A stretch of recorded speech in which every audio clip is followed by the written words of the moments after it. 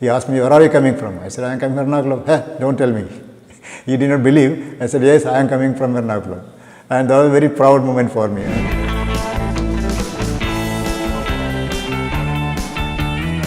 am Johnson. Full name is Johnson Paul Moyalan. Basically, I am an engineer. Born in 1949 in a village, Varadhrapalli, in the district of Kerala. I learned cycling like any child in Kerala of those days. I am talking about the 60s, 1960s. Maybe I was around 11, 12 years old. We can say that that time onwards we had some love for cycling. We had a cycle at home. My father and his brother, they were using the cycle, but we are not allowed to use that cycle. And strictly banned. We were told that when we are of a sufficient age, we will be allowed to learn cycling. But we didn't wait for that. We learned, like those days, we had a cycle shop near our school. I learned my cycling along with my brother by hiring the cycle. I bought my first cycle with my own money in 1972 when I got my first salary in Karaikudi. I bought a BSA cycle. I wanted to buy a rally cycle, rally imported cycle, because I could not, because that was 100 rupees cost, and the BSA cycle was only 70 rupees.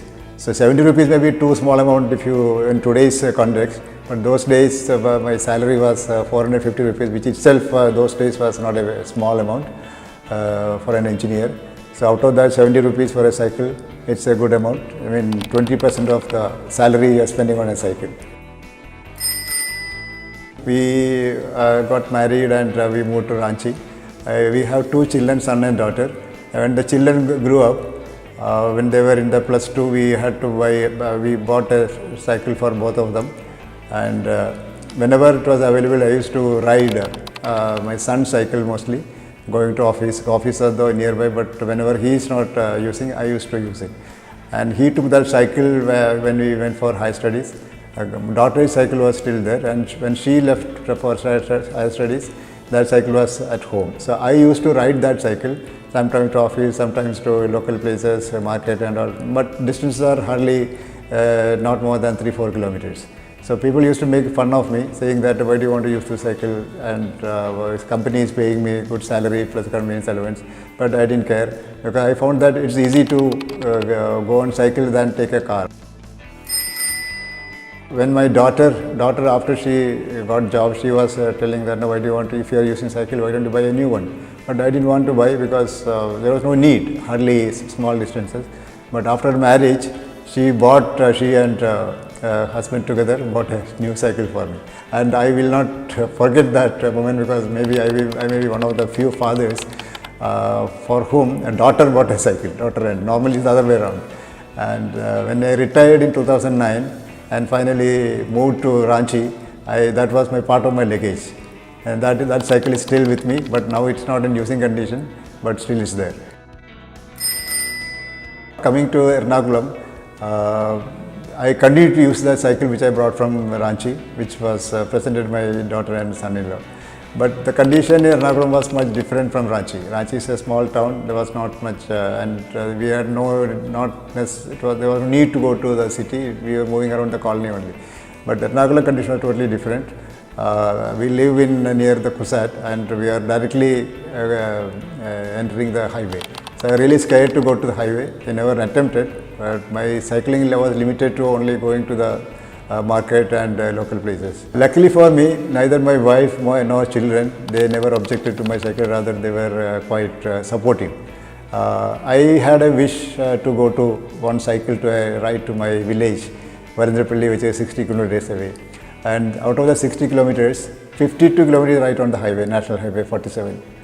But then I never wanted to tell my wish to my wife or children, because I'm sure that they will not be, although they are supportive, they were not allowed, knowing my age and the kind of traffic here.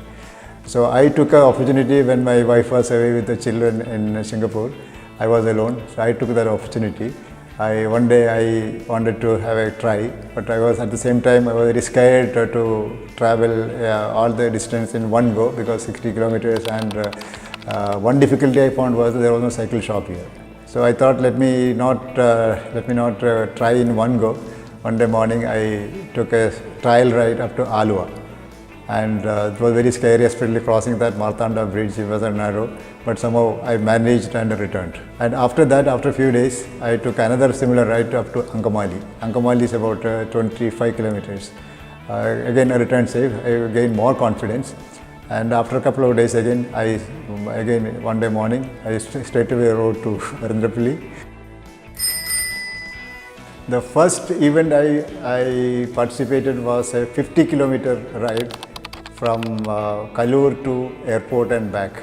So, and that was really such a wonderful ride for me, because I was the only person who was riding with a old bike, conventional bike, single speed, and without any water bottle or any other accessory which normally cycle use.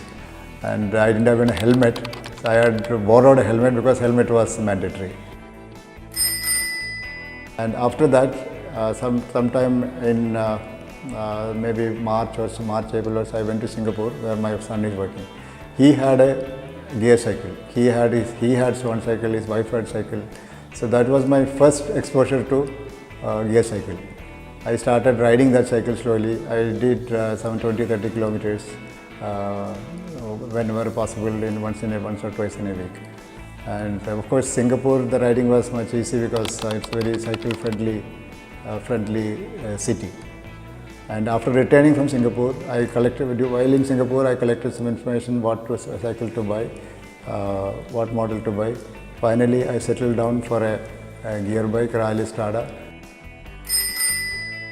I started loving cycle more and more over the years, and I thought of going for long rides. My first long ride was a ride to Kuttanad. It was a self-supported ride. There were about 12-13 people. We started in the morning, and it was an easy ride. And we returned by about 9 o'clock or 10 o'clock at the night. And the total distance covered was around 180 kilometers. It was a wonderful ride. After that, Decathlon Kalamassery organized a ride to Munnar. I was not very confident of going to Munnar, but I inquired because Munnar, my cycling friend many of them have gone to Munnar, so I never looked at Munnar and never dreamed of going to Munnar. But I just inquired, I made friendship with some people. They said that it's a supported ride, you come along. And they encouraged me, they motivated me, and with my the bike which I had bought, first gear bike, I went to Munnar. I took about 12 hours. Again, I was not the last to reach. There were quite young boys who reached after me. I took about 12 hours. We stayed overnight there. Everything was arranged by them, and next day returned without any problem. Many of my friends in the cycling group, they used to talk about BRMs. So I never knew what is BRM, and I started inquiring about it. So I thought that BRM is not my cup of tea. But when as the years passed by, I thought maybe I can do one BRM, and my friends in the group, they were highly supportive. They love me, they support me. So they said, Johnson sir, they called me Johnson sir, Johnson uncle, under many names. You can do it. And finally, I did one BRM of 200 kilometers. In 200 kilometers, sometime in 2020, I don't remember. That again gave me a lot of confidence. Subsequently, I did total 4 BRMs. One 200 BRM, 2 times 300 BRM, and one 400 BRM. And another 100 kilometers of their ride, Popular. Memorable bad experience, I should say. At that time bad, but now looking back, it was not a bad experience at all. I had a very tough route from Kottarakara to Punalur, around 20 kilometers. It was evening time, it was raining, and while returning, there was not enough light. I had my lights, but then that was not sufficient.